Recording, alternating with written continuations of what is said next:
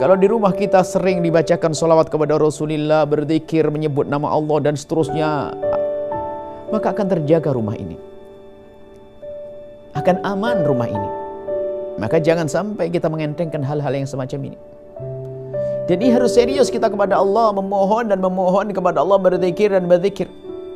Ada banyak wirid-wirid yang kita bisa kita baca. Ya, wirid habis sholat itu sudah kebiasaan. Wirid setelah sholat baca istighfar, subhanallah, alhamdulillah dan seterusnya, diajarkan Nabi SAW. Allahumma a'inni ala dzikrik wa syukrik dan seterusnya. Ada zikir lain yang diajarkan Nabi, hendak tidur baca qul a'udzu falaq, qul a'udzu binas, ayat kursi. Tiupkan di wajah, diusapkan, selesai. Tidak akan diganggu nanti. Nggak perlu setelah itu takut dengan yang namanya sihir. Sihir kan rusaknya kan syaitan. Nggak. Orang beriman nggak boleh takut. Ada sihir. Tapi kalau Anda dengan Allah, maka tidak akan sampai kepada Anda, tidak akan mempengaruhi kepada Anda. Zikir-zikir yang lainnya. Dan Anda bisa mengambil zikir dari guru-guru, para ulama-ulama yang sudah mengambil tarekoh. Seriusi zikir yang diajarkan oleh guru-guru Anda. Istiqomah. Dan istiqomah rutin di rumah kita, pagi, siang, dan malam harus ada zikir-zikir kita bacakan. Bisa saja membaca Al-Wirdul Latif yang dikumpulkan oleh Imam Haddad rahimahullah ta'ala, atau membaca Ratibul Haddad misalnya, atau yang kami kumpulkan Wirdul Fatih.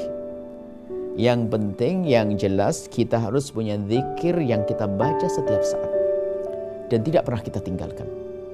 Tidak harus banyak, akan tapi istiqomah rutin.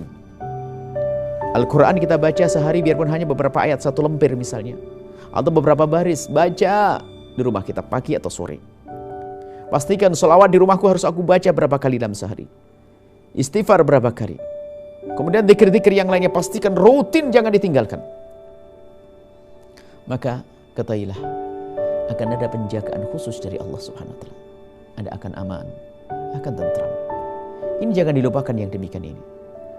Dan jangan mengentengkan. Ada orang berkata bahwasanya, aku sudah baca zikir, di rumahku aku baca zikir, tapi kok masih cekcok?